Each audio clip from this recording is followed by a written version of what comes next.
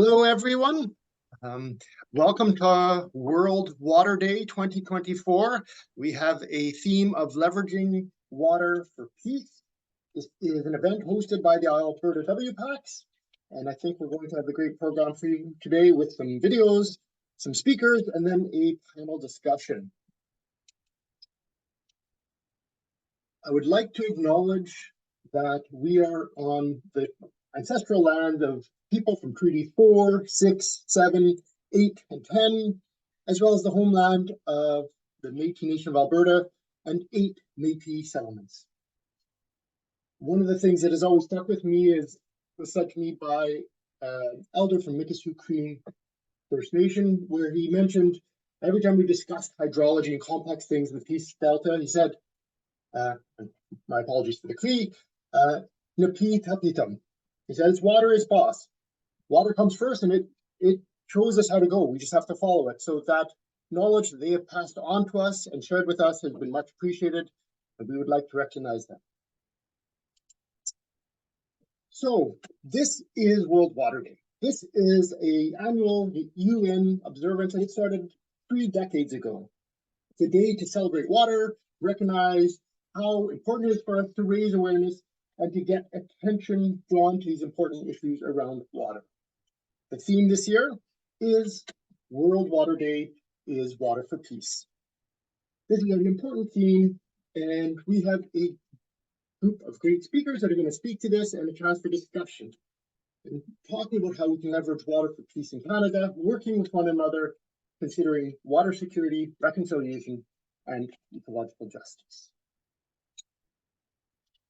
So, here's some housekeeping to get things started off. Please keep your cameras off and mics muted during the presentations to ensure we have bandwidth on our Zoom meeting.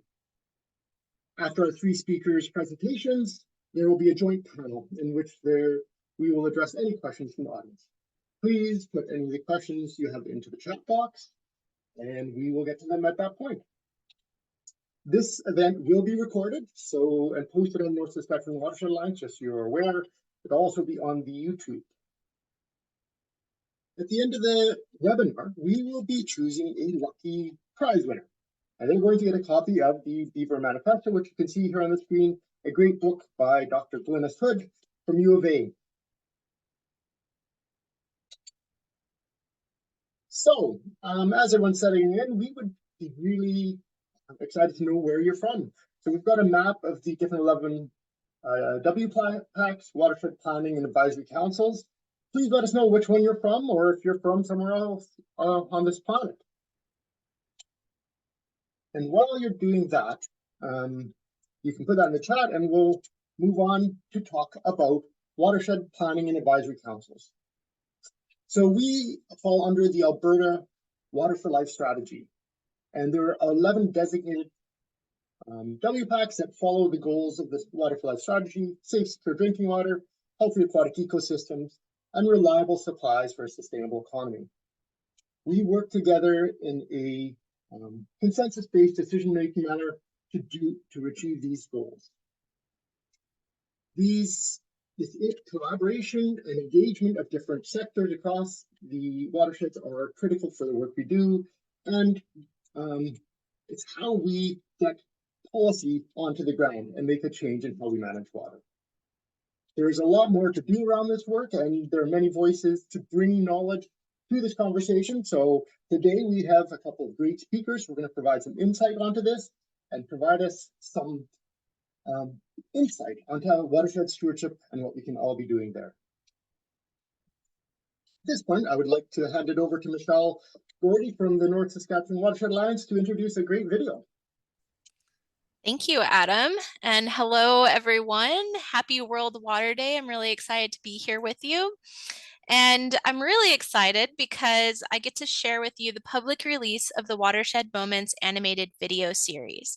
So this is a 4-part series that was developed by the Alberta Watershed Planning and Advisory Councils in partnership with several other organizations across the province to bring you a fun way of learning about Alberta's watersheds. So today, on behalf of all of the partners on this project, I have the honor in sharing with you the first 2 videos in the series. The first one will play right away, and the second one will be later in the program. The videos are also available to watch on YouTube, and we'll be sharing the links in the chat in just a moment, so you can watch them later. And if you enjoyed the videos, please make sure to give them a thumbs up on the YouTube channel and share them with your friends, neighbors, and colleagues. So without further ado, I bring you Watershed Moments.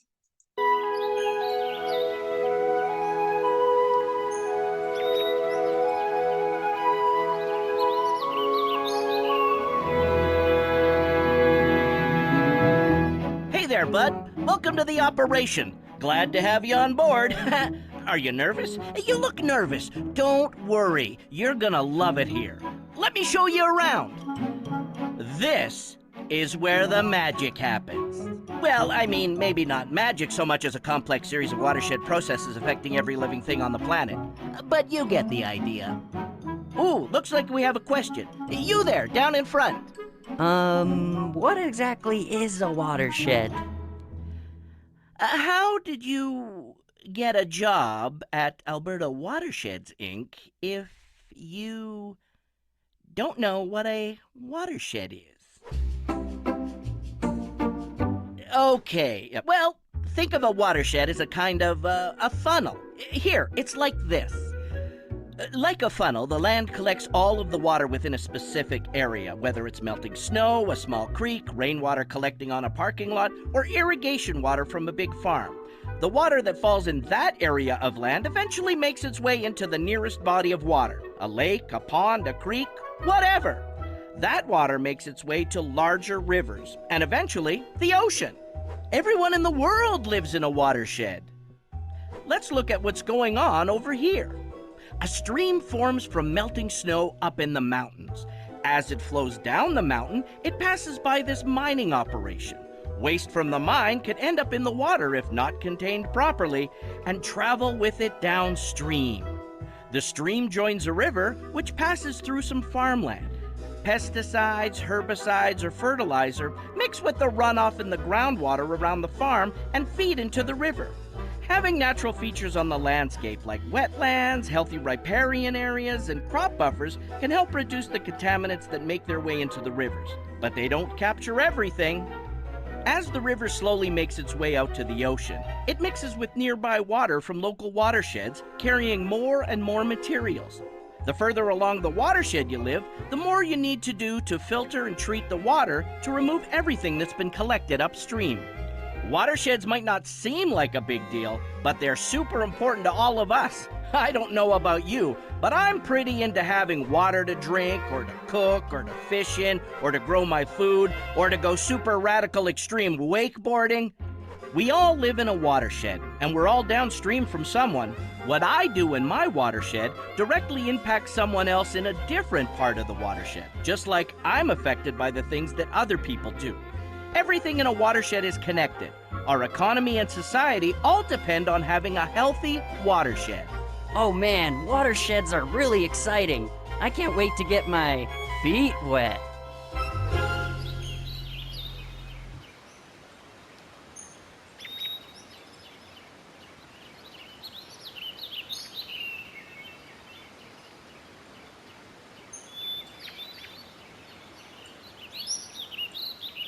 All right, thank you so much for being a part of the release of the video series, and I hope that you enjoy the rest. Thank you. Okay, well, it is time to introduce our first speaker. We have some greetings coming from Deputy Minister Sherri Wilson. She will be making an address on behalf of the Environment Minister, the Honourable Rebecca Shultz.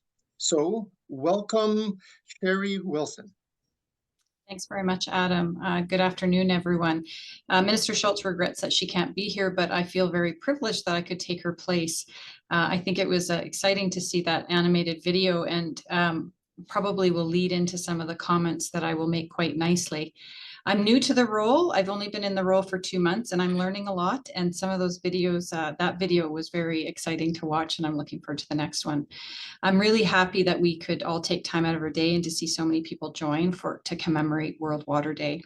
It reminds us all to recognize the most fundamental of truth, that water is our most valuable resource, and we all have a role to play in managing it. Water is precious, we consume it, we use it, we rely on it. But managing water has always been a bit of a balancing act. Our supply and our demand are not necessarily evenly distributed. Alberta's population continues to rise, which increases our demands from communities and businesses. At the same time, parts of the province have experienced drought or water shortages in recent years. And although we remain hopeful that we will get a lot more moisture in the next few months, Alberta's government is working hard to prepare for the risk of extreme drought this year. It's led to a very focused government response. We're working with many of our partners to help find ways to better share, store, conserve, and manage water. From the government side of things, in recent months, we've stood up a drought command team in the department. We brought together a drought advisory committee, streamlined some of our water authorization and transfer processes, and launched the largest water sharing negotiations in Alberta's history. These voluntary agreements will help secure significant and timely reductions in water use from major water license holders in the South Saskatchewan River Basin. We continue working hard to not only stretch our limited water resources further, but also keep water users, large and small, informed about the drought situation and what we're doing to help. Many of you may have joined one of our town halls that have been held over the last couple of months, where Minister Shultz and other ministers have provided updates and answered questions. These have proven to be an effective tool for providing information to those who hold a water license or have a role in managing Alberta's water. But we all know that there is more work to do. Many Albertans don't know, or we don't tend to think about, where our water comes from. I think that was really exemplified in the video we just watched. We take it for granted that water flowing through our taps, and we take for granted the water that flows through our taps, and the competing demands that must be balanced to effectively manage this valuable resource are there. But as Albertans become more and more concerned about the possibility of a severe drought this summer, it's critical that everyone knows what actions they can take to help ensure there's enough water to go around. In a drought, everyone must do their part. We rely on everyone to contribute and to understand, to help reduce water consumption and only use what's really necessary. And this is where I think the 11 Watershed Planning and Advisory Councils can help us. As part of your work to educate partners and the public on water issues and to help advance Alberta's water management goals, the councils can help play a critical role in helping us navigate through what could potentially be an extended period of drought. That's why I was pleased that Alberta Environment and Protected Areas was able to recommit to multi-year grants until 2027 with the councils for stable, predictable funding. You're important and valued partners, and we want to continue to work with you for years to come. If there is a severe drought this year, it will be challenging, but we know that Alberta is up to the challenge. We're no strangers to emergencies. We've gone through flood and fires, and we have a long track record of coming together when we're needed. By working together, we can find ways to do more with less and make every drop count. I think the speakers you'll hear from today should leave us all energized and recommitted to the work that we do. And I'm really looking forward to staying on for the next hour or so, listening to the speakers and watching those next videos. So thank you again for having me. My regards from Minister Shultz, and enjoy the rest of the day. Thanks very much, Adam. Thank you so much, Sherri. I will like to introduce our three speakers. We want to welcome Andre Asselin, Executive Director of Alberta Water Council, Azure Johnson, Indigenous Knowledge Keeper and Director of Azure and Company, and Oliver Brandis, Co-Director of Polis Project and Ecological Governments. They'll each be giving a short presentation on their perspectives on leveraging water for peace. And then following these three presentations, we'll have a joint panel for conversation discussion. This is where your questions will be addressed. So put those into the chat as these three present, and we'll get to them at the end. So start off with Andre. Azure.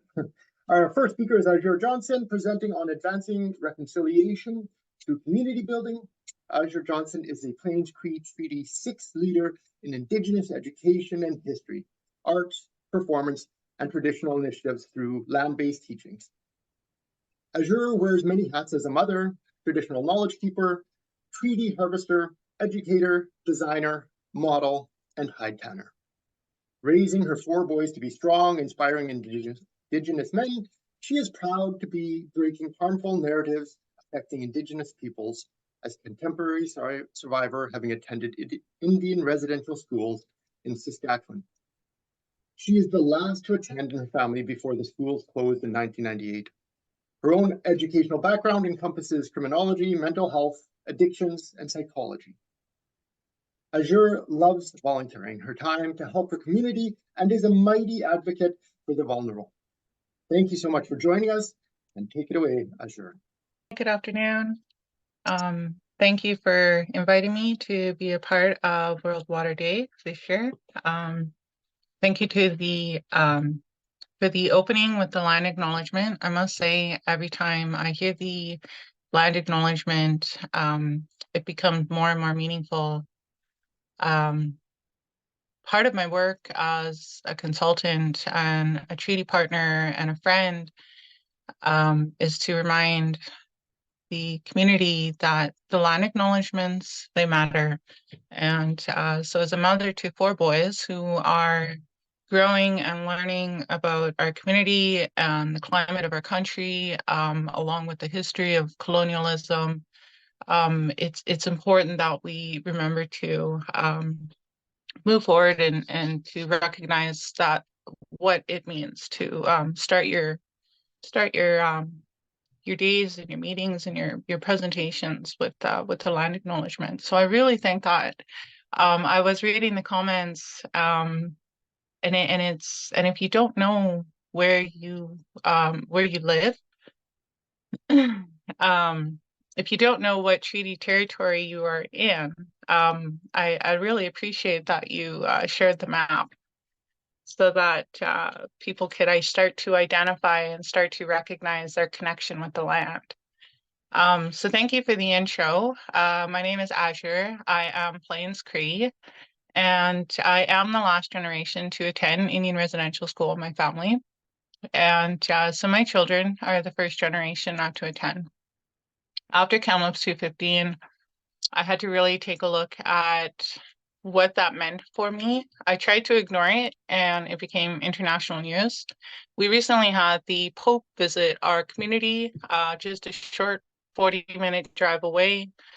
And I really had to start thinking about what this meant for my community.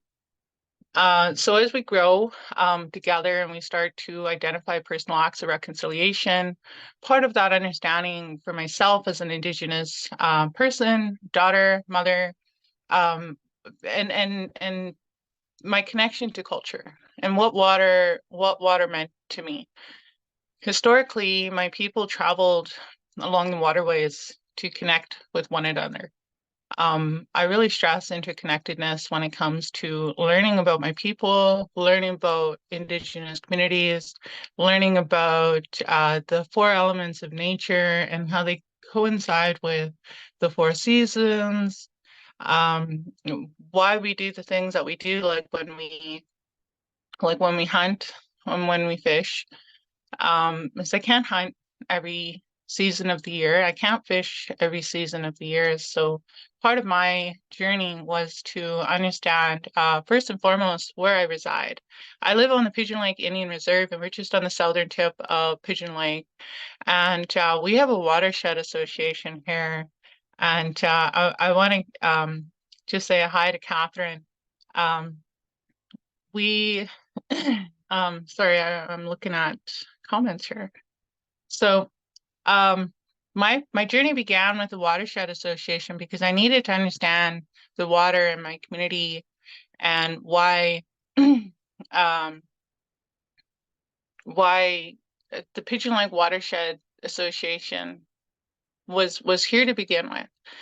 And then from that, my connection to them led to learning about all of the other watershed associations, and I just built this community and these friendships that have been very beneficial to me in my journey and in understanding the land around me. And so when it comes to Indigenous stewardship about water, you know, I like to amplify the realities of access to clean water. I lived under a boil water advisory just up until about 4 months ago. And access to clean water in First Nations communities is a harsh reality. I take my children to go buy water at the local grocery store. We don't drink our water. We get it tested often. And so part of my journey is to understand that, but it's also to teach and to give an Indigenous perspective of what it's like to be me and to raise 4 young, handsome, beautiful boys, so that they understand what they inherited, because this is what happened. Me and you, where we live, our colonial history, everything that we are managing today when it comes to government, our communities. We inherited this. There's no one today that created the laws that we're under. And so I mentioned the Pope had visited my community, and I hadn't realized why he chose my community. And so we just take a moment to understand what that actually looks like for Treaty 6 territory, because he could have visited any territory across Canada. And so he chose Ermineskin Cree Nation, because Ermineskin Indian Residential School had the highest population of residential students at any given time during the Indian Residential School era in the early 1900s. And so the journey begins to when you understand that importance, because that visit just happened a few years ago. And so where my community is now, where I reside on the Pigeon Lake Indian Reserve, when we talk about access to water, I don't have access to clean water. My children don't have access to clean water. So when we start to understand interconnectedness and we provide safe, inclusive spaces for Indigenous peoples to be able to safely speak and share their stories, you have become part of that is an act of reconciliation. When you're opening up your doors and helping your communities and your neighbors and your friends understand why it's important to include Indigenous people in your spaces. And so yeah, I think that this year's theme, Water for Peace, I wanted to share that all creation begins in water. My mom, when she gave life to me, my journey started in water. And hopefully close with my close friends here with the Watershed Association, this is an opportunity to, as we move forward, that we can begin to create more spaces where we can start to hear the stories, the creation stories, and why water is important to us, to all of us. And yeah, thank you for your time.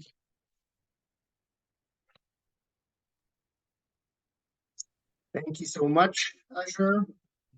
That's a pretty poignant reminder that peace is more than the absence of open warfare.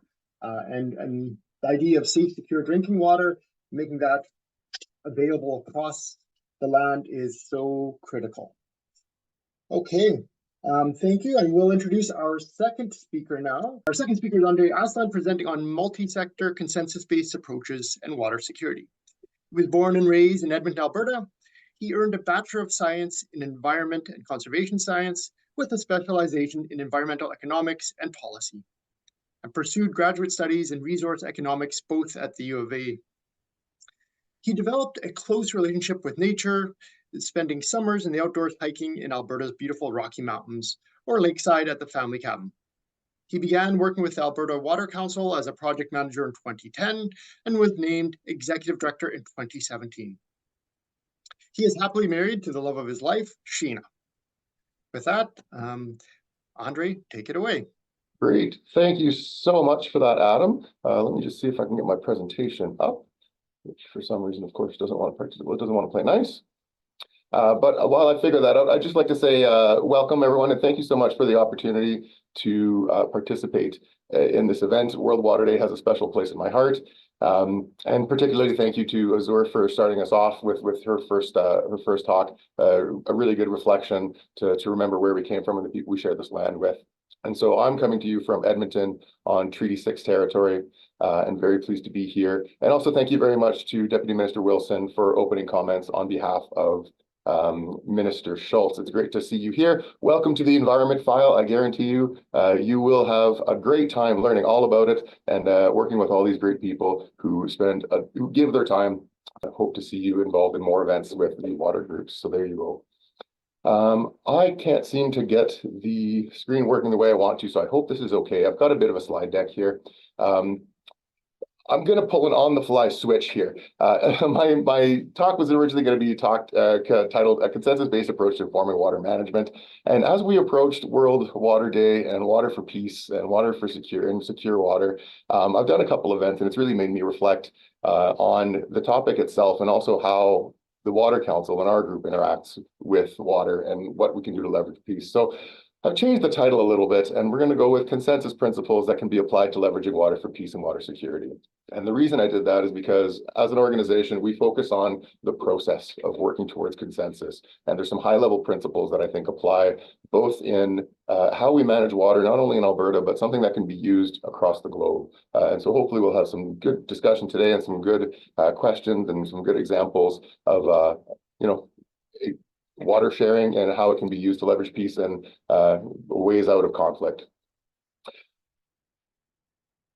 So today I'll spend a little bit of time introducing you to the Alberta Water Council and then talk a bit about water for peace and water security and sort of what that means for me and where that comes from. And then I'll go through the consensus decision-making principles that we follow as an organization. So about the Alberta Water Council, we were born from the Water for Life strategy. So the Water for Life strategy, and many of you will know this, but it's my job to cover these things. So the Water for Life strategy was released in 2003 as Alberta's leading water management strategy. What was really unique about the strategy is that in its time, it was seen as a leading edge strategy that focused on working together with partnerships and the folks that are most directly affected in water and building that as part of the governance structure going forward. So it wasn't just top-down approach, it was let's all work together because we all have a stake in it and we all have the ability to influence the outcomes of water management, whether it be quality or quantity. And I think we have a great example of that happening right now as we see that there are water sharing agreements being developed to address a pretty serious situation across the province. So the other focus for Water for Life that made it unique was that it took an integrated watershed approach. And so you'll notice that much as your Watershed Planning and Advisory Council boundaries are focused around the watershed delineations, that was intentional, right? Because if all the water, as we saw in the video, we're all downstream of someone, we're all upstream of someone, and so we all work together and we all influence each other. So we stand as a collaborative partnership of 23 member organizations. Water for Life established 3 levels of organization in the province. And so there was an envisioned provincial scale organization that would bring together the organizations that are most impacted and impact water management to look at provincial scale issues. As I describe it as things that influence multiple users across multiple watersheds. And so we're a little bit different than the WPACs, even though we do share many similarities. So just like the WPACs, we are multi-stakeholder, multi-interest. We try to bring together everyone who has an interest to make, break, or implement water management. And we follow the consensus process to try to focus on people's interests to reach consensus-based solutions to provincial scale water issues. So a little bit about consensus decision-making. Essentially, it's a process where affected stakeholders work together in a collaborative manner to try and address issues with innovative, long-lasting solutions that best satisfy the many respective interests. And, it sounds pretty easy when you write it down like that. And you'll see that there are many examples of effective consensus-developed solutions for water management, not only in Alberta, but in many jurisdictions. And generally speaking, we consider consensus being reached when everyone can support the outcome. So the idea is that we don't all get what we want all the time, but if we have enough to satisfy our interests and put ourselves in other people's shoes and realize that they're giving up a little bit as well so that they can have their interests met, that's generally a positive step.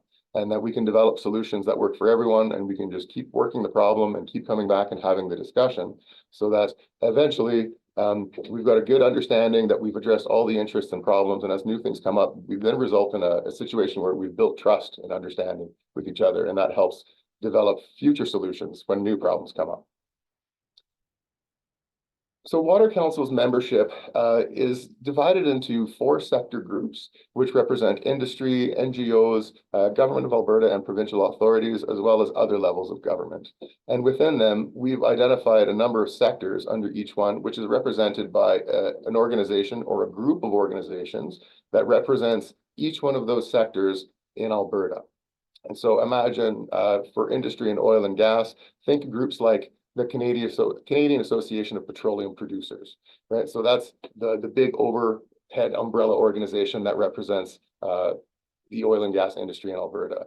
On the NGO side, I've got the WPACs highlighted because the 11 WPACs collectively have a seat on the board, ably represented by Steve Meadows, who I believe is with us today. So welcome, Steve, good to see you, or at least good to see your name in a box.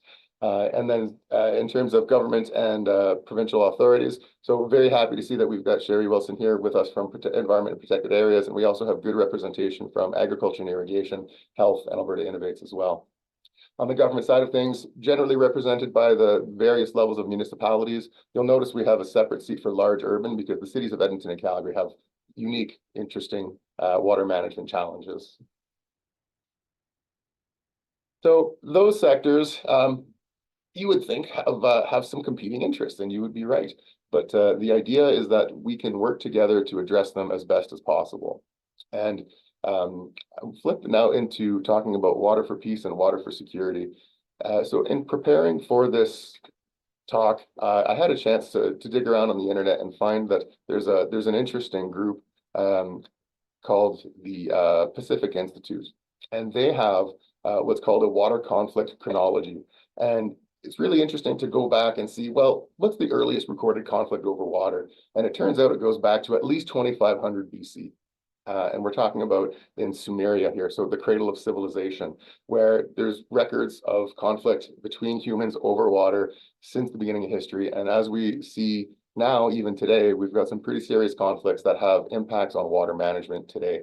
And the Pacific Institute defines the forms of conflict as either a trigger, so water, people are fighting over water or access to water, or water can be used as a weapon in terms of using actual water management structures to either flood areas, or the water management structures can be the casualty. And so we've seen that where water management structures are destroyed in a way to harm humans. And so I raise it as the foil to the idea that we want to seek water for peace. And in having these discussions over the last week or so, it's come to me that wrapping my head around this idea of water for peace is to try to focus on the universal need for consistent access to clean water for all humans. And that really helps build the relationship between us. So even though we may not know each other, we know that deep down, these are critical resources for humans, and not just humans, but all the animals on Earth, and it's central to every aspect of our society. And so that sympathy, I think, is one of the keystones towards achieving water for peace, or striving for water for peace. And ultimately, I sort of look at it and say, how do we minimize the negative impacts of conflict over water, and in turn maximize the benefits of collaboration? And so in terms of a mindset, that's, I think, the approach that strikes with me. And I've seen it in our work in applying consensus decision-making principles to the topic of water management. So here's a list of the 10 principles for consensus processes that the Water Council follows, and a number of other groups that are multi-stakeholder based and seek consensus follow. They all have something that looks sort of like this. They might be a little bit different, and you'll see that that's one of the features of this approach, is that it is flexible to match the needs of the people who are involved. So I'll go through these a bit and see if we can find some examples of how this works and fits in with Water for Peace. First of all, for any process to bring people together to collaborate to find solutions, it needs to be purpose-driven, right? So we need a clear, high-value purpose. For the Water Council, that's contributing to the goals of Water for Life and bringing people together to address those needs and achieve those goals. Also need to have clarity on what we're trying to achieve. So obviously, in the idea of finding water for peace, we're looking to avoid conflict and maximize benefits, as I noted in the previous slide. The other piece of an important principle for consensus is that the process be inclusive. And that means that anyone who has a stake in the outcome should be able to participate if they want to. So we call that makers, breakers, and implementers. And the reality is that anybody who can potentially undermine the outcome of a solution that's generated from amongst a multi-stakeholder group should have the opportunity to participate. It doesn't mean everyone always will participate. Not everyone has the resources to do it. Not everyone has the time. Not everyone thinks that a collaborative process is the way to go. Some people prefer the either litigation route. Some people prefer the violence route. And it's really unfortunate. We've got a few examples of that happening in the world right now. Moving along to some of the other principles of consensus, it has to be voluntary. And so that's kind of touches on the point that I just made around the inclusive bit, is that parties want to have to choose this option for it to be effective. If you don't volunteer to take on this route, then you're not very likely to implement the recommendations or suggestions required for the outcome. The other piece of it being voluntary is that you have to be able to work with people that you might otherwise have conflict with. There's the old saying, right? You can only make peace with the people that you can only make peace with your enemies. And while enemies might be a strong word, ultimately it's about coming to the table and working with someone that you think you may not get along with to try and find a solution that works best for everyone. A fourth principle is that the processes are self-designed. Essentially, people who come to the table need to be comfortable that this process is going to work for them, that their interests will be able to be addressed, or that if they need to engage with other people behind the scenes to make sure that those interests are represented as well, that all needs to be put on the table as an option for people to work, because we don't all work the same. How things work in my little organization is quite different than how things work with, say, the city of Edmonton or the government of Alberta. So it just needs to be reflective of the needs of the people who are around the table. Moving on to more principles, flexibility is important when it comes to trying to collaborate and develop solutions to complex, in particular, water management issues. All environmental issues seem to be extremely complicated to take on, but it's important to recognize that where you start off in a process and what you're thinking originally as you approach this may change as time goes by. Things that you thought were barriers may not be so bad, or maybe you'll find that collectively you can actually agree on quite a few things. And then so what you do is focus on the next step, or maybe addressing someone else's issue that you didn't realize was going to be a significant issue for them to get over. And so it's important to be resilient to both your needs and others. I often say that the best deal you can get is the one that works for you and the one and the person across the table from you. And so when that happens, you're more likely to find that agreement and work together to find the solutions. The sixth principle is around equal opportunity to participate. So some participants may require more support to be engaged in the whole process, so again, my organization might be very small, and so it's easy for us to participate and share information.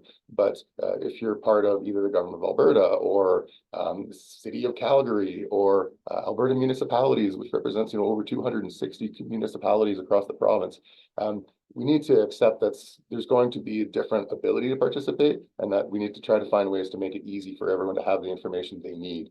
So whether that be technical or scientific reports, policy reports, anything that's required to help build the understanding and raise the awareness of the issue we're trying to deal with is important. Still moving along, only 2 more slides on the principles, folks. Number 7 is about respect.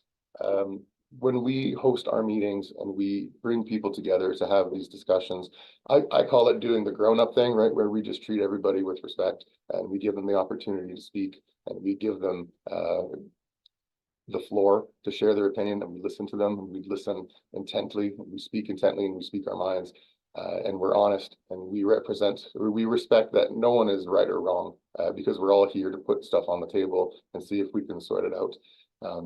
And sometimes requires patience and tolerance and goodwill. Addressing water management issues can be very emotional. Environmental management in general can be very emotional, because you're dealing with things that directly affect your person and your family and your community. And so it does take a significant amount of respect and a mindset that you're going to work with people in a respectful way to make sure that when you need to speak, you will feel heard as well. Number 8 on the principles is accountability. Ultimately, if you're a multi-stakeholder group, you're probably representing a number of people behind you, and you're working with them to represent the issues that you have at the table and your interests that you need addressed.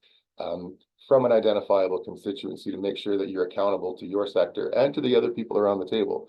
Because ultimately this is about being accountable to each other, because if you've reached an agreement and you need to go implement something, you're expecting the other person to go implement it as well.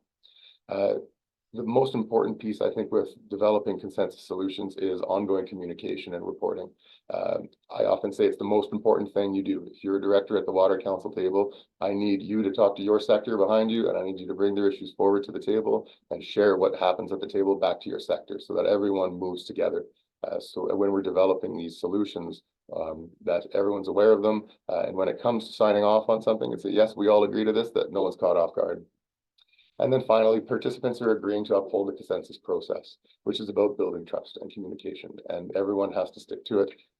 If someone decides the process isn't for them anymore, then by all means, you can go about it the way you need to. But as long as you've agreed to sit at the table and work with people, this is the approach that works.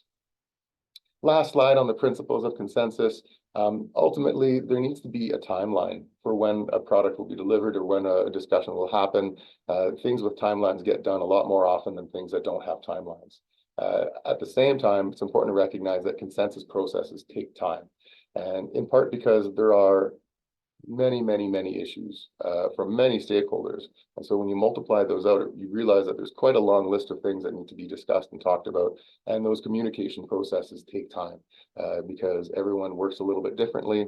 Like I said, in my organization, it might take a couple days for internally us to do something, but for larger organizations, maybe they have to wait for a board meeting that only comes 3-4 times a year to get approval on things. And so stepwise, it can take quite a bit of time. But that being said, it's important to set timelines and everyone agree to try and meet them. And then lastly, for the principles of consensus, you'll notice I picked this picture intently because it's about being committed to the outcome. And I choose to believe that these people are married.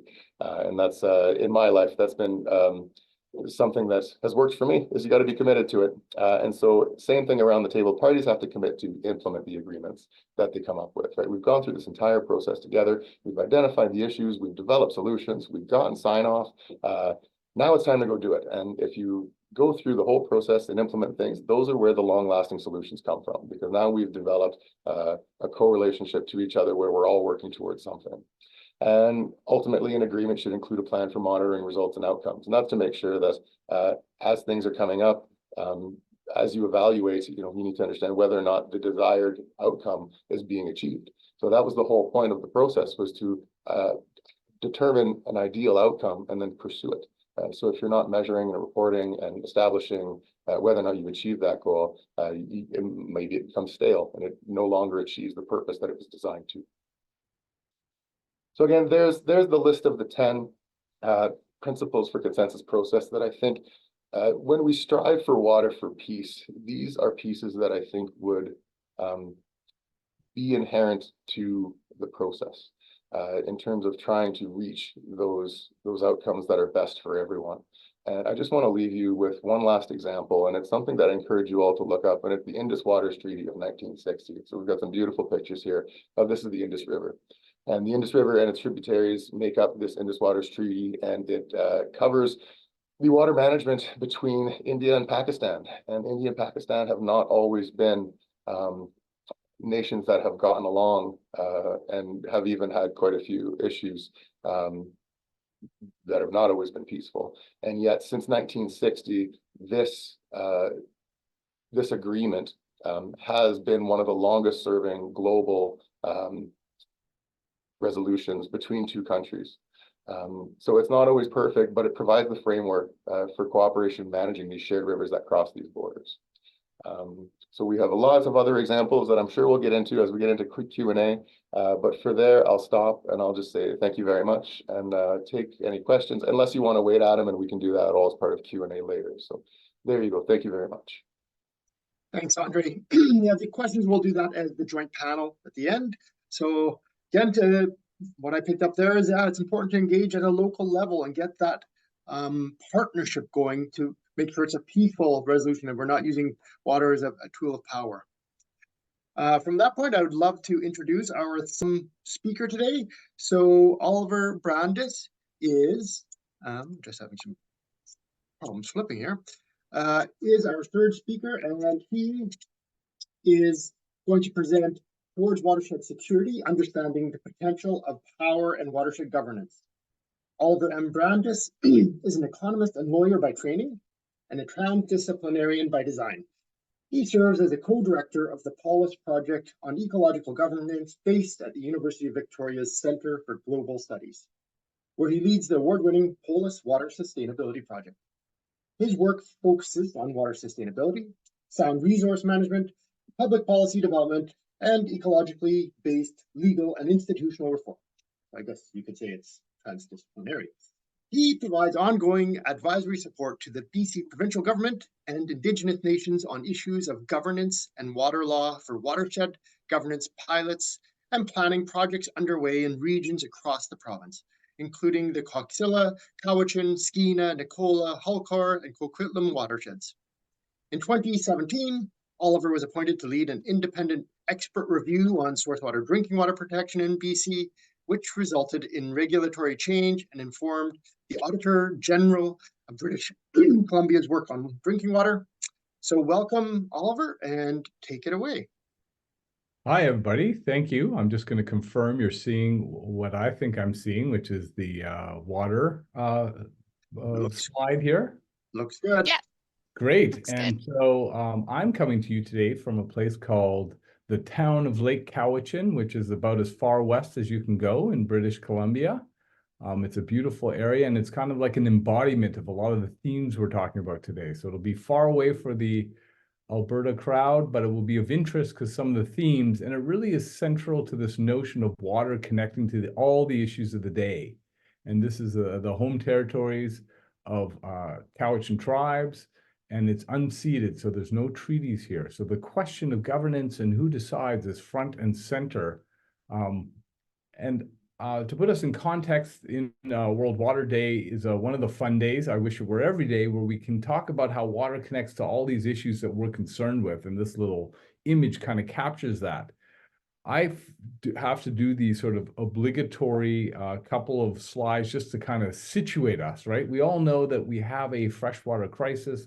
I won't list the dismal list here of all the things that are going wrong, but the idea that water is limited and finite and not quite as much as we sometimes think about is an important point. And even in a place like Canada, where we often think that we have abundance, we're facing some new realities. And certainly when we think about it in a continental sense, but certainly in a British Columbia, Canada, Alberta sense, we at Polis often talk about the four horsemen of the water apocalypse, and they're drought, fire, flood, unsafe waters. And that's kind of water quality code. And these four horsemen are sort of upon us. They aren't just sort of theoretical. We're facing these challenges of water insecurity, and we know there's a number of things that amplify that. A shifting climate, poor land use practices, and for us out here around forestry and agriculture often.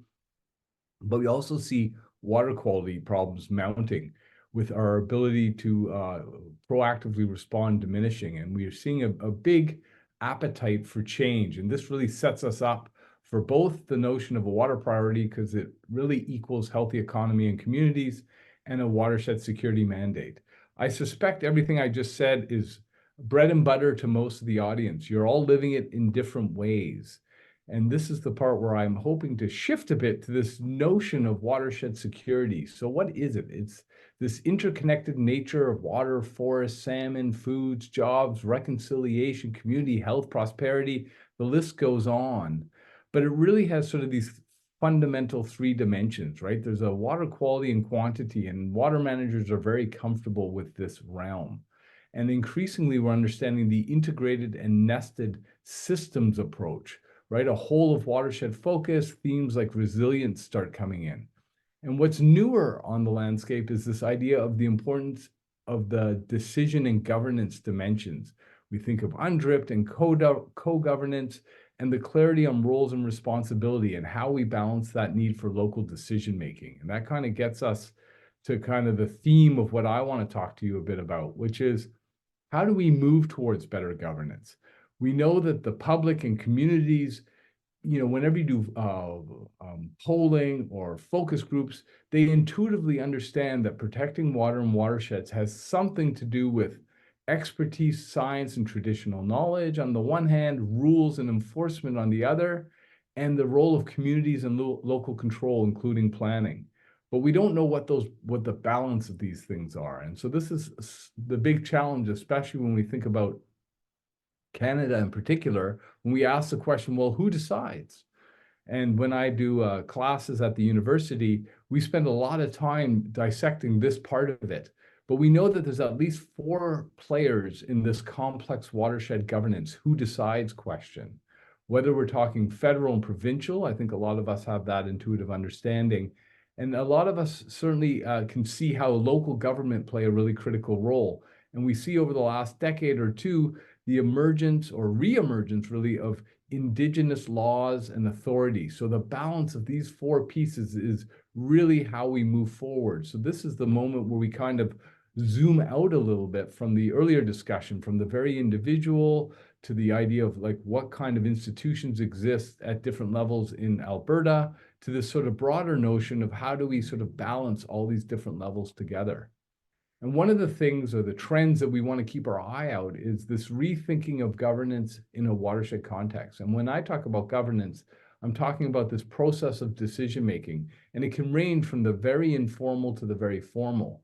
And so in the past, we talked about governance, we kind of made it synonymous with government. And of course, government is critical to governance, but governance is fundamentally broader than government. This is where we engage this mix of different players, some who bring formal authority and some who bring influence or rights, in some cases responsibilities. And this point of emphasizing the formal and informal structure really matters. And when we talk about water and watersheds, scale really matters. So we have on the one hand, on the far sort of more formal end, the kind of classic legislative and regulatory aspects. And on the other end, we have persuasion and influence. That's how we start thinking about this whole suite, and the different players will play a different role. But fundamentally, the vision is towards this notion of long-term sustainability of watersheds, where we integrate natural ecosystem into all aspects of decision-making. And that's kind of the vision of watershed governance. And that's a term here. It has a couple of dimensions, I think largely consistent with what everybody would understand. The idea of locally adapted, place-based, informed by local capacity and expertise, and this notion increasingly common of co-governance with Indigenous authorities, and this balance of top-down but bottom-up at the same time. And really, to me, the key idea is that it's an evolution. It is not something you just construct and plop down, but it's something that evolves in the local context. You know, I use a simple analogy. We all know about Russian dolls. And so the idea of a nested system, and that's where I kind of get at this idea of thinking like a watershed. And you can think about that across many scales and places. In some places, it might only be 2 or 3 dolls within, and in some places, it might be a dozen. So it can be very complex or simple, but we know this fundamental point. Water does not care about humans' rules around jurisdiction and who has responsibility. Water travels through those jurisdictions effortlessly, and 1 drop of water will touch all kinds of different authorities. 12 federal, 24 provincial, Indigenous authority, local government, bylaws, the whole package. So it gets pretty complex quick. And when we think about the governing kind of body to deal with it, we really have to think about form follows function. And I like to put this slide up, not because it's a self-portrait, but these are all the various mythical beasts out in the universe. And the perfect model for watershed governance is like these mythical beasts. There isn't one single perfect example. In fact, there are many from many places. And governance really begins to matter when we start moving away from just admiring the many problems in the water world. We all know them. We all have the list. I showed you some of mine up front. But when we start trying to solve these problems, that's when governance and the question of who decides becomes critical to making the change in a lasting way. And I think of collaborative watershed governance, it's easier maybe to say what it is not. It is not a silver bullet solution, nor should it be an excuse to download. It is not one size fits all. So be wary of the perfect model from elsewhere. It is not neat and tidy. It's often ugly, requires hard work, learn by doing. and it is not quick and easy. It's a process over time that requires engagement, building trust, many of the principles we just heard that so wonderfully articulate the idea of how you build collaborations and consensus together. So let's really think about it as a tool in place that helps society live in watershed limits, but critically to help situate community and local interests in their role in decision-making. So to help do this work, and this is a little pull the self-plug, we've done some of this work and we've boiled it down to 9 winning conditions. And don't worry, I won't go through them all. I'm just going to point out that we have this blueprint. It's specific to the BC context, but it applies to the Canadian Federation in a variety of ways. And I highlight 3: co-governance, legal framework. So there has to be rules. Those rules have to be enforced. And we all know this. I bet you if we all put our hands up, what's your biggest issue? It's sustainable long-term funding. But there's more. So we have 9 winning conditions and we can talk about them more. But one of the key links is this link between environmental flows and the watershed health, community prosperity, co-governance, and Indigenous rights and self-determination. This is a powerful nexus. This manifests in various ways. Governance, how do we decide about those environmental flows? Rules, what are the laws and institutions that enforce that we can't take more than is available? And how do we share when those times are upon us? So that's just kind of a taste. I do like to spend a moment or two just to talk about the future. I hope that you'll find this useful as you all think about your own individual institutions at whatever scale you operate, but thinking about where are we going to go next? What are the challenges? Because governance is fundamentally both about dealing with what's in front of us today, but ultimately about what might come to us tomorrow or next week. What are the challenges we're going to face? And I think of the key drivers of change and some of the future realities. Some of this is what I'm going to call bad news. The good news is we humans and society have agency, so we can start dealing with some of these challenges. So on the left hand, I kind of draw out some of the drivers. I won't list them off, but I'm going to sort of emphasize a couple of key points. And in the discussion, we can discuss a little bit whether you agree and what we're going to do about it. So the context is water, land, and climate resiliency. So carbon neutrality by mid-century is an essential, and this reduction will likely be back-ended. So that's going to have real impacts for the land managers out there, but also for how communities respond. The other sad bit of news is climate will never be better than now. It will only get more challenging. I talked to lots of the folks who do the modeling and the tracking.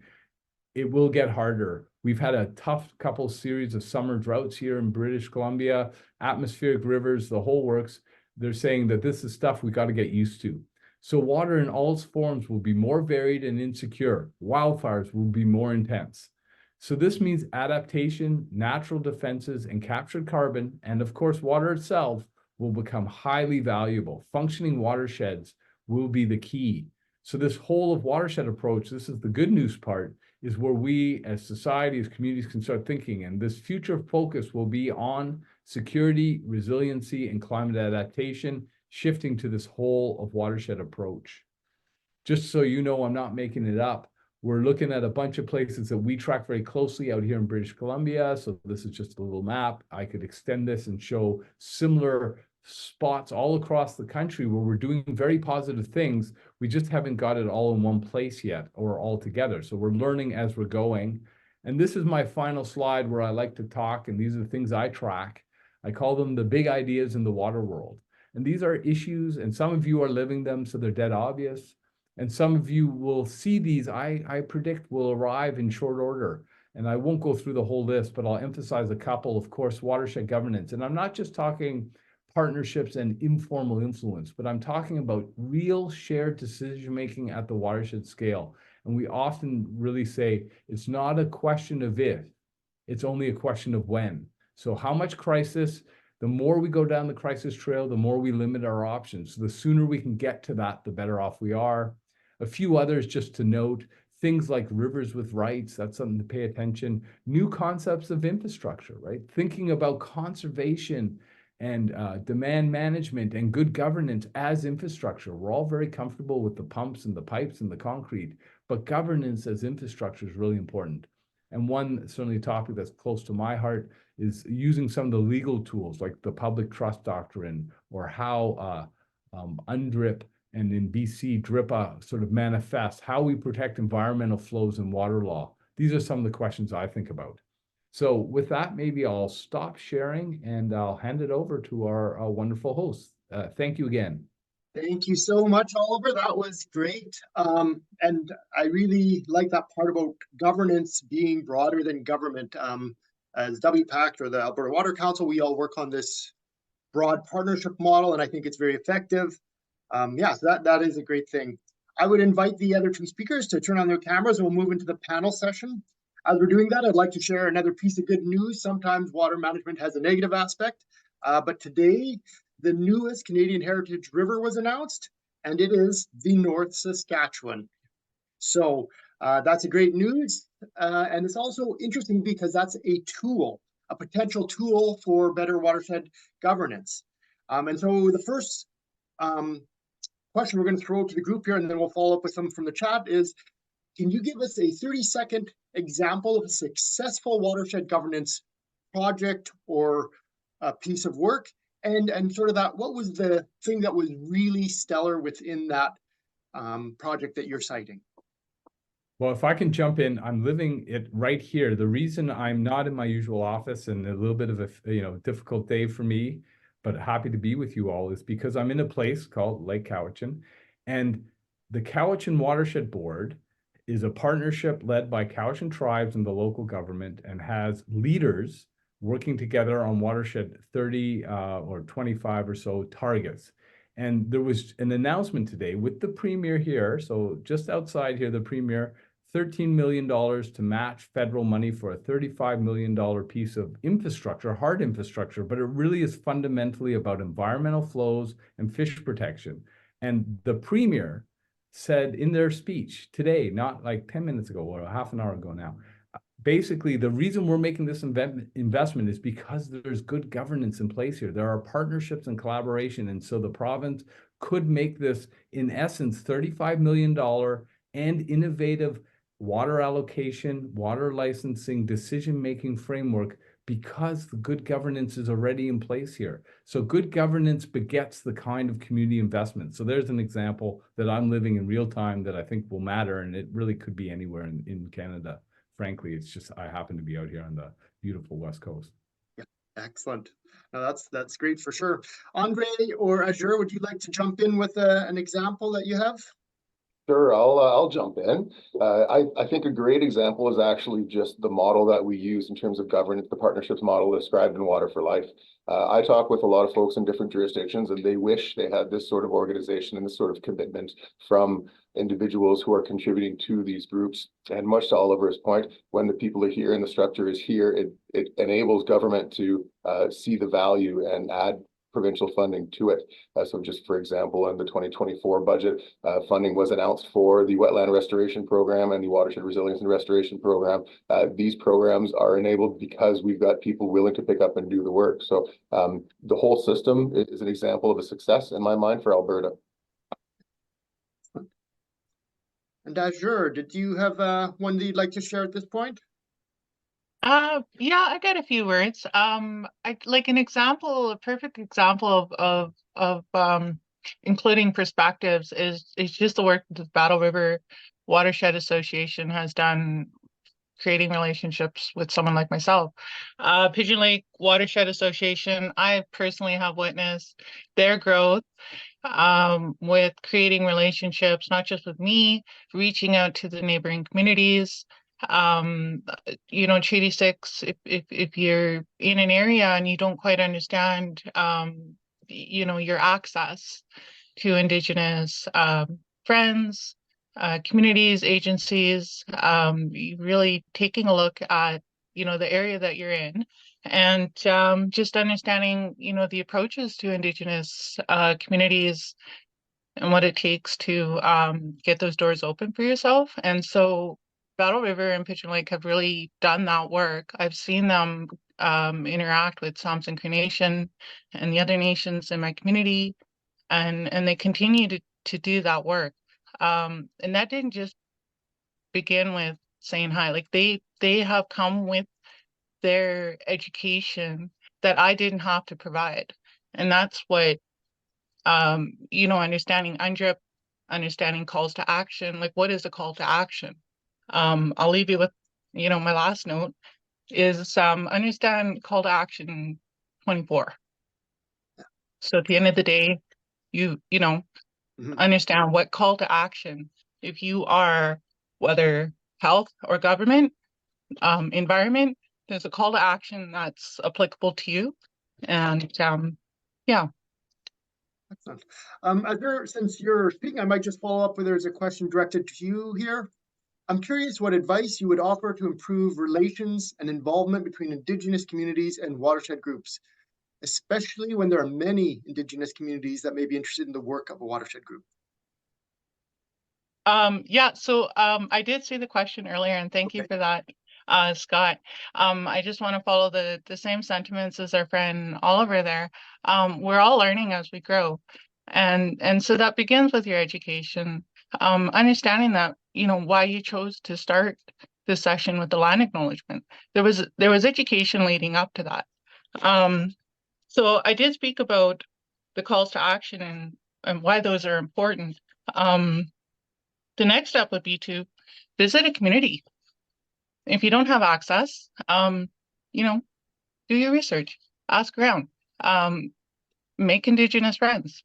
That's where it starts. Starts with love, starts with kindness. And yeah, thank you for your time. Good. Andre, there's one here for you. Using the multi-sector consensus approach, what has been the Alberta Water Council's biggest success and biggest challenge?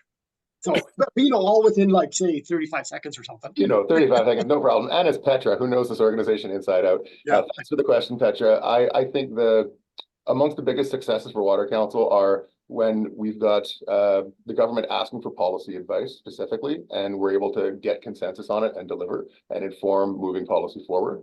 That's one of them. The other big success that I think we've had a lot more progress towards in recent years is enabling and empowering Albertans and organizations to pick up the mantle and contribute to water management, improving their own water management themselves. So I'm thinking the sector CEP plans, which improved water efficiency and productivity by 32% under a voluntary process.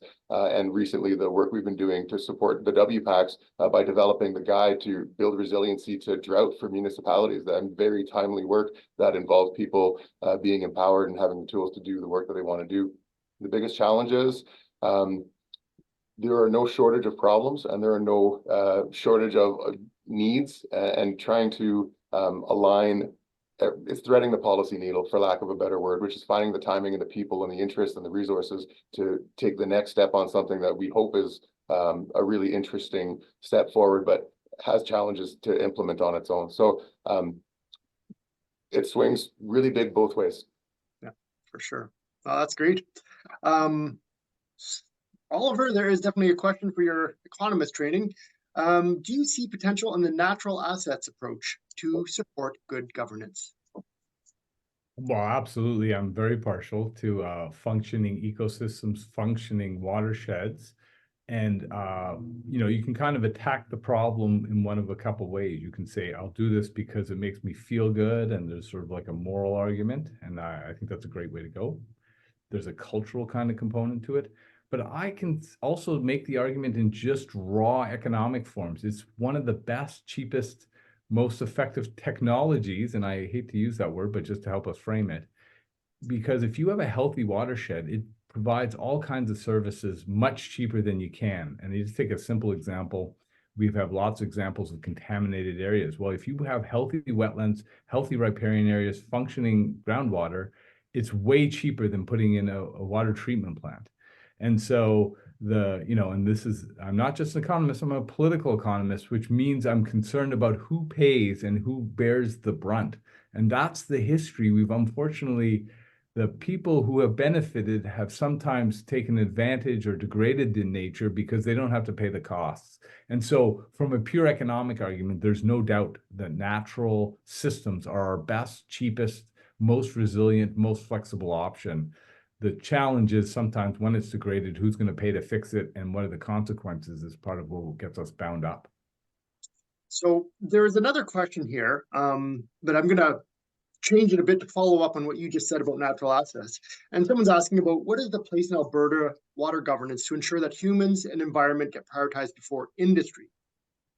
A devil's advocate side could say, natural asset management often used as an economic valuation of an ecosystem service. Does that take us down a road where our sustaining ecosystem becomes an economic good? Is there a danger? And I'll open that up to all three of you for your thoughts on how do we make sure that our priorities are people and drinking water, and then industry, and what are the dangers of using economic valuation on water to try to achieve that? Well, the simple answer is society, for good or for bad, we've organized ourselves a certain way. And so we use laws to help us live together. So that's one of the places where we would see it manifest. Now, it's not the only way. But to your point of, is there a dangerous road when we try valuing everything and only using an economic lens? Of course, because it makes it anthropocentric, so it's only about humans. And we know that we live in complex systems and we can't always predict. So it's actually a bad hedging of your bets. And there's a whole field called ecological economics where they do that. But in simple terms, I'm also a pragmatist. And so we currently value it at zero often. And so if we can start valuing it a little, we can begin the shift. And so I can show you how a wetland or a good functioning aquifer is way cheaper than what you might build. But I won't end there, because I don't want to rely just on an economic argument, that there's actually some social choice, community priorities, cultural values. We live in a constitution where Aboriginal rights and title are fundamental. Indigenous authority plays a role. So we don't get to just put it through the Western lens of economics. But I think it's a practical way to start, because it will help some of our immediate decision makers make some better choices with our public funds, including protecting things like riparian areas for clean water, things like flood buffers, way to ensure we have enough water for a drought. It isn't just about a big cistern or a big built infrastructure. There's better ways to do it. Good. Azure, Andre, do you want to jump in on that topic? Yeah, absolutely. I agree with Oliver, everything he said. I would just like to add that, when it comes to education, it's just getting creative. And I really enjoyed the video that started at the day off, because that makes it interactive. I think about children in Indigenous communities, like what's going to get the thoughts moving and the action and the conversations. When I think about, like, when I say Battle River Watershed Association, Battle River has a huge connection to my community. There's a history. If you Google Battle River history, you will see why I have a strong connection to wanting to work with the Watershed Association, because that river flows through my community. And when we have conversations with our youth about culture and connection and identity, part of that is my connection to the land, Battle River. And so just making those conversations creative. Thank you. Yeah, thanks for both answers. I agree with both of them. I'll go down a bit of a rabbit hole here because there's some good ties here. But building a bit on what Oliver said, we live in a rules-based society, right? And so the water allocation system that we have allocates water in a particular way, but there are political considerations at heart. Of course, always. What I find interesting in the question is the word should be prioritized. And I think what it comes down to is who makes the decision of should, and how do we value that?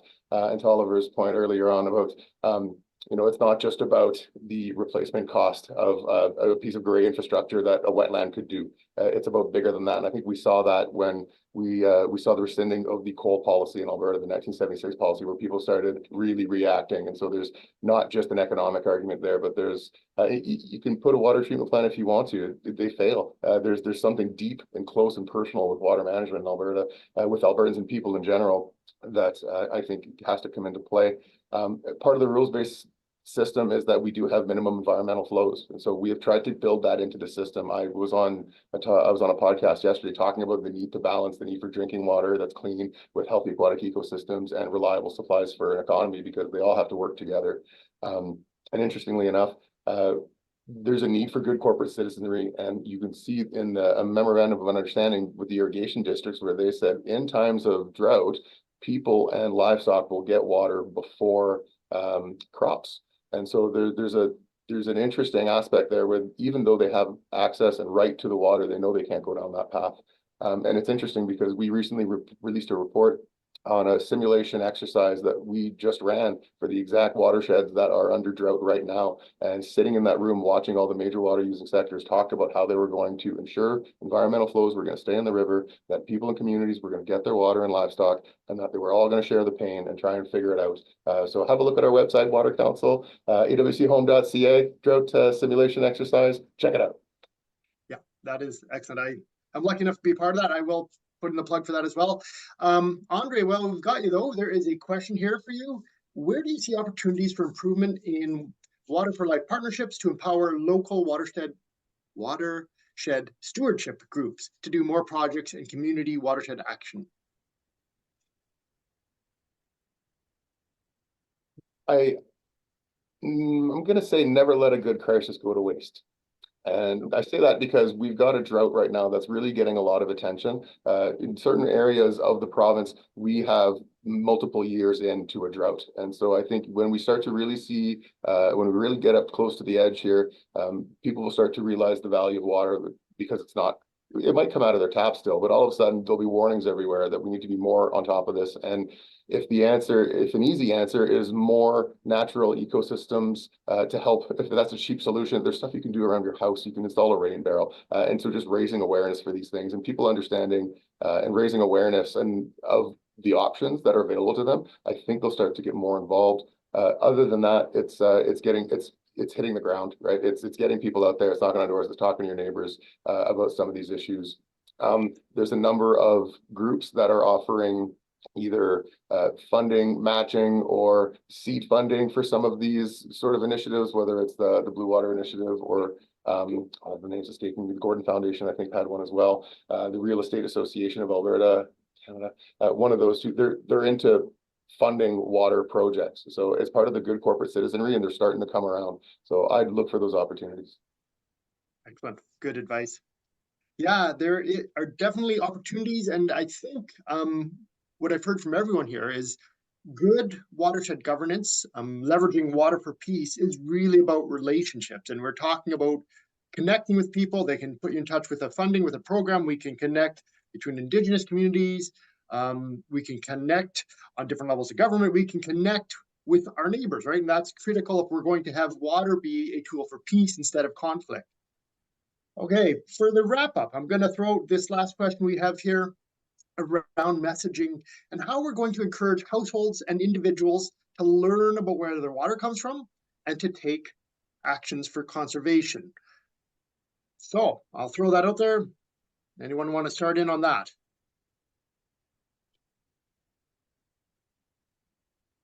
Sure. Well, hi. I'll go ahead. Go ahead. I'm gonna go because yeah. So I'm a mom. Really, when I began to teach my children, it's just simple ABCs. Don't overwhelm. I was just reading a comment there talking about conservation. Are we talking about conservation? Do we, like, when I talk to my children, what's conservation? Are we looking at the larger community? Are we having these types of conversations at our table? I love using Pigeon Lake Watershed, Battle River as an example. Getting involved, join the groups, follow the Facebook pages. They provide activities for us. There's like a bingo card for birds, so it's engaging with your kids, and like Oliver said, we're all learning. I'll just build on that a bit and say, yeah, it's about community and raising awareness and influencing your sphere of influence that you can, essentially, right? So if there's anything about water, everybody in my family comes and asks me, right? They know that I'm the water guy, and all my friends, same thing. But that being said, I think there's a bigger push towards improving water literacy generally, but we still have a long ways to go. I think the use of social media in developing something that is attractive to the audience themselves, so whether it be little Facebook reels or videos, that's a much more, I find much more influential way to achieve that goal than giving people a 120-page report. It just doesn't work. So if I need to get into politicians' eyes or something like that, I can send them a 3-minute video and they'll watch it. And so it's about meeting people where they're at. And in terms of, I see the comment about negative attention on social media. Well, don't read the comments, folks. It's toxic in there. So don't read. That's what I'm getting. We're trying to restrict reading and encourage screen. Gotcha. Okay, Oliver. I'm going to be a smidge contrarian. I'm going to totally agree. We've done lots of work in this. And if you look at our 9 winning conditions, one of the best ways for adults to learn is peer-to-peer. Adults have trouble learning when someone lectures at them or talks to them. It's their own experience and peer-to-peer. So whatever that is, so farmer to farmer, neighbor to neighbor. So that's really important. So highlighting success in that way, that's a really important way to learn. Lecturing doesn't work. We had that here this summer, drought, and then the minister goes on, you should really have shorter showers. And the general response is nonsense, right? And so it's peer-to-peer, and that's the part where I'll be contrarian. I'll say it really isn't. Of course, we should change our behavior, and on an individual level, we should be more thoughtful, more mindful. I am sadly not going to wait for a broad ethics transformation. I actually believe it's the incentive structures and the way we organize ourselves. I think there's a lot of good and capable people who know what the right things are, but a lot of our institutions, the way our priorities go, the way for us out here, water is priced or allocations are handed out, we have no accountability, no responsibility. So we're missing the sort of human connection, the community connection. And so to me, it's a bit about how we organize ourselves and the rules we put around it. That is how we're going to change our behavior. A simple example would be, you can change the bylaws in your community so we have less grass. Most people don't need as much grass around their house. That is a huge water suck, huge implications for most reservoirs, certainly on the West Coast. And it's a simple shift.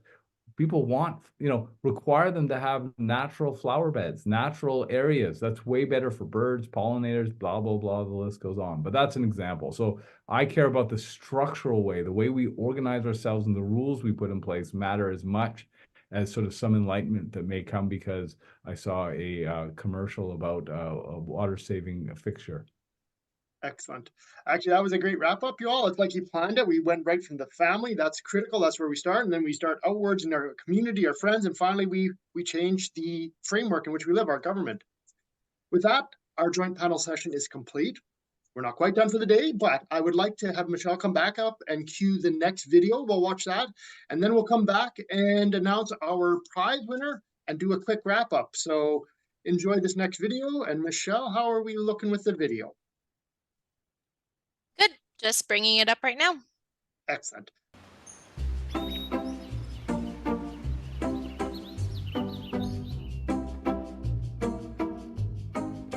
Hey, buddy, over here. I saved you a seat. Oh man, I am super pumped for this lecture. I am a huge fan of Doc Waterdrop. I've been following her since she was an influencer on Instagram. You are gonna love this. What's up, water people? Who here wants to learn about healthy watersheds? We live in a wondrous place. Let's take a look around for a moment. See all of the people out enjoying the fresh, clean mountain lakes and rivers, swimming or fishing? See how that reservoir supplies clean water for drinking, for irrigating the agricultural crops that supply our food, and for recreational activities? None of that is possible without a healthy watershed. Oh man, this is going to be so great! Watersheds are the areas of land that collect water into water bodies, like lakes, streams, and rivers. We have 11 major watersheds in Alberta. Within those larger areas are smaller watersheds, the areas you find around lakes, smaller rivers, or streams. Water from our province flows into 3 of the 6 major watersheds of North America and into 2 different oceans. To keep the global water supply healthy, we have to make sure our own watersheds are healthy first. So, how do we check if our watershed is healthy or not? Checklist! Oh, the checklist! Come on, you can do better than that. Who here wants to take a look at the checklist? Oh, me, oh, checklist! Yeah! First, we start with healthy headwaters. Headwaters are where all rivers start, so we need to ensure that our source of water is protected and continues to have good water flow. Then we have the riparian areas. Riparian represent! These are the ribbons of green vegetation along the shorelines of any water body, such as a river or lake. The less disturbed these areas are, the healthier the watershed will be. We also have lively wetlands in a healthy watershed. Wetlands soak up water like a sponge and stay wet for at least part of the year.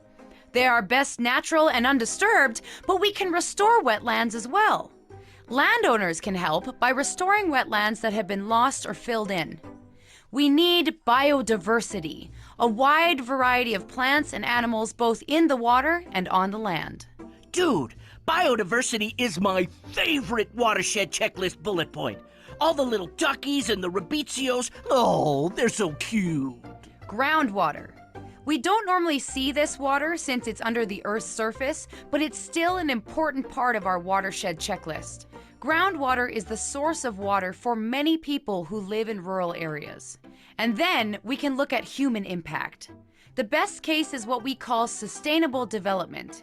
Humans need houses, agriculture, workplaces, industry. If development follows sustainable practices like setbacks from water bodies, water conservation, and maintaining natural areas, then our watershed can sustain human, animal, and water droplet needs. If those 6 checklist items are healthy, then our watershed will be healthy as well. Think about our annual checkup at the doctor's. Once we do our health assessment, we can see what areas we need to further check or do more work on. Just like our own bodies, we need to keep track of watershed health. If we keep our watershed healthy, then the watersheds downstream of us have a better outlook too. We are all connected through our water. This is a thing of beauty. A healthy watershed. Woo-hoo-hoo-hoo! Yeah, yeah, yeah, yeah, yeah! Watershed!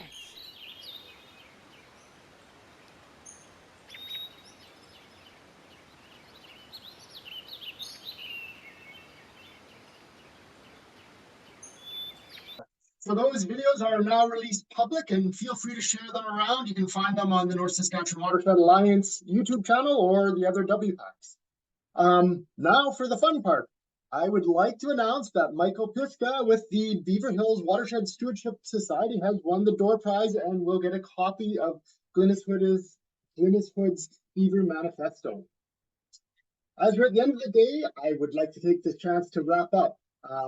Thank our great panelists, Sherri Wilson and the government for showing up, the watershed videos that have been shown, and it seems fitting that as a representative from the Peace River watershed, I get to have the last word on leveraging water for peace. I'd like to say that today we heard a lot, and I think it comes down to this very simple fact of human relationships. Peace is found in human relationships, and water is a management issue, and we need to approach it with relationships and build those great relationships, and we can use it as a positive thing in our world and not let it turn into something negative. So with that, I would like to say goodbye and thank you all on behalf of the Alberta WPACs for attending this, and wish you all a happy World Water Day. Thank you very much. Well done. Good luck, everybody. Thank you. Happy World Water Day, everyone.